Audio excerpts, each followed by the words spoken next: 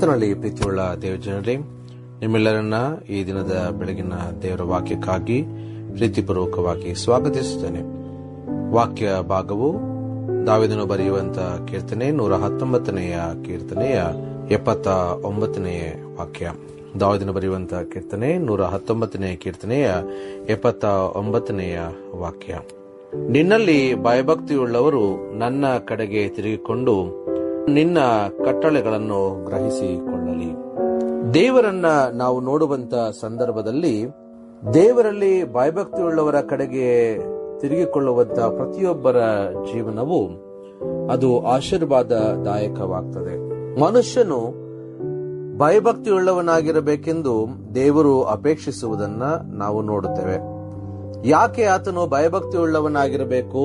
ಆ ಭಯಭಕ್ತಿಗೆ ಕಾರಣವಾಗಿರತಕ್ಕ ಆಲೋಚನೆಗಳೇನು, ಆ ಭಯಭಕ್ತಿಗೆ ಮಾರ್ಗವಾಗಿರತಕ್ಕ ಚಿಂತನೆಗಳೇನು ಎಂಬುದಾಗಿ ನಾವು ನೋಡುವಾಗ, ದೇವರಲ್ಲಿ ನಾವು ಯಾವಾಗ ಭಯಭಕ್ತಿಯುಳ್ಳವರಾಗಿ ಜೀವಿಸುತ್ತೇವೋ ಆ ಎಲ್ಲ ಭಯಭಕ್ತಿಯ ಸಂದರ್ಭಗಳಲ್ಲಿ ದೇವರು ತಾನೇ ನಮಗೆ ಗುರಾಣಿಯೂ, ನಮಗೆ ಭದ್ರಕೋಟೆಯೂ, ನಮಗೆ ಬಲವೂ, ನಮಗೆ ಭರವಸೆಯಾಗಿದ್ದು ನಮ್ಮನ್ನ ಮುನ್ನಡೆಸುವುದನ್ನು ನಾವು ಕಾಣುವಂತವರಾಗಿದ್ದೇವೆ. ಆದುದರಿಂದ ದಾವೀದನು ಬರೆಯುವಂತಹ ಕೀರ್ತನೆಗಳಲ್ಲಿ ಅನೇಕ ಕಡೆಗಳಲ್ಲಿ ನಾವು ನೋಡುವಂಥದ್ದು, ನಿನ್ನಲ್ಲಿ ನಾನು ಭಯಭಕ್ತಿಯುಳ್ಳವನಾಗಿದ್ದೇನೆ, ನನ್ನನ್ನ ನೀನು ಸೇರಿಸಿಕೋ. ನಿನ್ನಲ್ಲಿ ನಾನು ಭಯಭಕ್ತಿಯುಳ್ಳವನಾಗಿದ್ದೇನೆ, ನನ್ನನ್ನು ಪರಾಂಬರಿಸು. ಈ ಎಲ್ಲ ಮಾತುಗಳನ್ನು ನಾವು ನೋಡುವಾಗ ಮನುಷ್ಯನು ಭಯಭಕ್ತಿಯುಳ್ಳವನಾಗಿ ಜೀವಿಸುವಾಗ ದೇವರ ಪ್ರತಿಯೊಂದು ಆಶೀರ್ವಾದಕ್ಕೆ ಆತನು ಪಾತ್ರನಾಗುತ್ತಾನೆ. ಆ ಆಶೀರ್ವಾದಗಳಲ್ಲಿ ಯಾವುದೊಂದು ಕೂಡ ಬಿದ್ದು ಹೋಗುವುದಿಲ್ಲ. ಹಾಗಾಗಿ ನಿಮ್ಮ ವೈಯಕ್ತಿಕ ಜೀವನಗಳಲ್ಲಿ ದೇವರಲ್ಲಿ ನೀವು ಭಯಭಕ್ತಿಯುಳ್ಳವರಾಗಿರ್ರಿ. ಆ ಭಯಭಕ್ತಿ ದೇವರ ಮಾರ್ಗದ ಕಡೆಗೆ, ದೇವರ ಜ್ಞಾನದ ಕಡೆಗೆ, ದೇವರ ಪ್ರೀತಿಯ ಕಡೆಗೆ ನಿಮ್ಮನ್ನ ಯಾವಾಗಲೂ ಕರೆದುಕೊಂಡು ಹೋಗುವುದನ್ನು ನಾವು ನೋಡ್ತೇವೆ. ಯಾಕಂದ್ರೆ ದೇವರಲ್ಲಿ ನಾವು ನೆಲೆಸುವಂತ ಪ್ರತಿಯೊಂದು ಸಮಯಗಳು ಕೂಡ ಅದು ಭಯಭಕ್ತಿಯುಳ್ಳವಾಗಿರುವಂತ ಒಂದು ಮಾರ್ಗಗಳಾಗಿರಬೇಕು. ಆ ಮಾರ್ಗಗಳಲ್ಲಿ ನಾವು ನಡೆಯುವಾಗ ಆತನ ಆಲೋಚನೆಗಳನ್ನ ಯಾವಾಗ್ಲೂ ನಾವು ಹೊಂದಿಕೊಂಡು ನಡೆಯುವಂತವರಾಗಬೇಕು. ಆ ಆಲೋಚನೆಗಳಲ್ಲಿ ದೇವರು ತಾನೇ ನಮ್ಮನ್ನ ಬಲಪಡಿಸಿ ನಮ್ಮನ್ನ ಸಹಾಯಿಸುವಂತವನಾಗಿದ್ದಾನೆ. ಆದುದರಿಂದ ದೇವರ ವಾಕ್ಯ ಈ ರೀತಿ ಹೇಳ್ತದೆ, ನಿನ್ನಲ್ಲಿ ಭಯಭಕ್ತಿಯುಳ್ಳವರು ನನ್ನ ಕಡೆಗೆ ತಿರುಗಿಕೊಂಡು ನಿನ್ನ ಕಟ್ಟಳೆಗಳನ್ನು ಗ್ರಹಿಸಿಕೊಳ್ಳಲಿ. ಅಂದರೆ ತಾನು ಆ ಕಟ್ಟಳೆಗಳನ್ನ ಪರಿಪಾಲಿಸುತ್ತಿದ್ದಾನೆ, ಅದನ್ನ ಕೈಗೊಂಡು ನಡೆಯುತ್ತಿದ್ದಾನೆ, ಅದನ್ನ ಪರಿಪೂರ್ಣವಾಗಿ ಹೊಂದಿಕೊಂಡು ನಡೆಯುತ್ತಿದ್ದಾನೆ.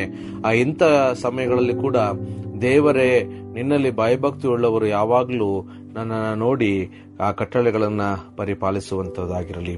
ಅದೇ 119ನೇ ಅಧ್ಯಾಯದ 74ನೆಯ ಭಾಗವನ್ನು ಓದುವಾಗ, ನಿನ್ನಲ್ಲಿ ಭಯಭಕ್ತಿಯುಳ್ಳವರು ನನ್ನನ್ನು ನೋಡಿ ಸಂತೋಷಿಸಲಿ, ನಾನು ನಿನ್ನ ವಾಕ್ಯವನ್ನೇ ನಿರೀಕ್ಷಿಸಿಕೊಂಡಿದ್ದೇನಲ್ಲ.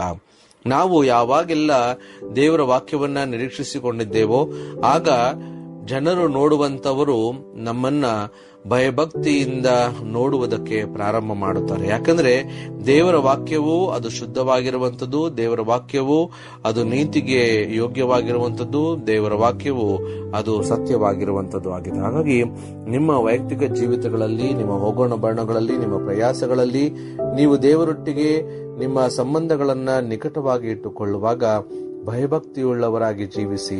ಯಾಕಂದ್ರೆ ಯೆಹೋವನಲ್ಲಿ ಭಯಭಕ್ತಿಯುಳ್ಳವರಿಗೆ ಯಾವಾಗಲೂ ಆಶೀರ್ವಾದ ಉಂಟು. ಯೆಹೋವನಲ್ಲಿ ನಿರೀಕ್ಷಿಸುವವರಿಗೆ ಯಾವಾಗಲೂ ಬಲ ಉಂಟು. ಯೆಹೋವನಲ್ಲಿ ಯಾವಾಗಲೂ ಆಸಕ್ತಕರಾಗಿರುವವರಿಗೆ ಯಾವಾಗಲೂ ದೇವರ ಹಸ್ತ ಪರಿಪಾಲನೆ ಅದು ಕಾಣುವುದಕ್ಕೆ ಪ್ರಾರಂಭವಾಗ್ತದೆ. ಆದುದರಿಂದ ನಮ್ಮ ಭಯಭಕ್ತಿಯುಳ್ಳಂತ ಜೀವಿತ ದೇವರ ವಾಕ್ಯದ ಕಡೆಗಿನ ನಿರೀಕ್ಷೆ, ದೇವರ ಆಲೋಚನೆಗಳ ಕಡೆಗೆ ನಿರೀಕ್ಷೆ, ದೇವರ ನೀತಿ ನಿಬಂಧನೆಗಳು ಇವುಗಳ ಕಡೆಗೆ ನಮ್ಮ ಪರಿಪಾಲನೆ ಯಾವಾಗಲೂ ಕೂಡ ದೇವರನ್ನ ಮಹಿಮೆ ಪಡಿಸುವುದಕ್ಕೂ ಘನಪಡಿಸುವುದಕ್ಕೂ ಸಾಧ್ಯವಾಗ್ತದೆ. ಹಾಗಾಗಿ ನೀವು ಭಯಭಕ್ತಿಯುಳ್ಳವರಾಗಿ ದೇವರ ವಾಕ್ಯದಲ್ಲಿ ಯಾವಾಗಲೂ ನಿರತರಾಗಿ, ಆಗ ದೇವರು ತಾನೇ ನಿಮ್ಮನ್ನ ಸಹಾಯಿಸಿ ನಿಮ್ಮನ್ನ ಬಲಪಡಿಸ್ತಾನೆ.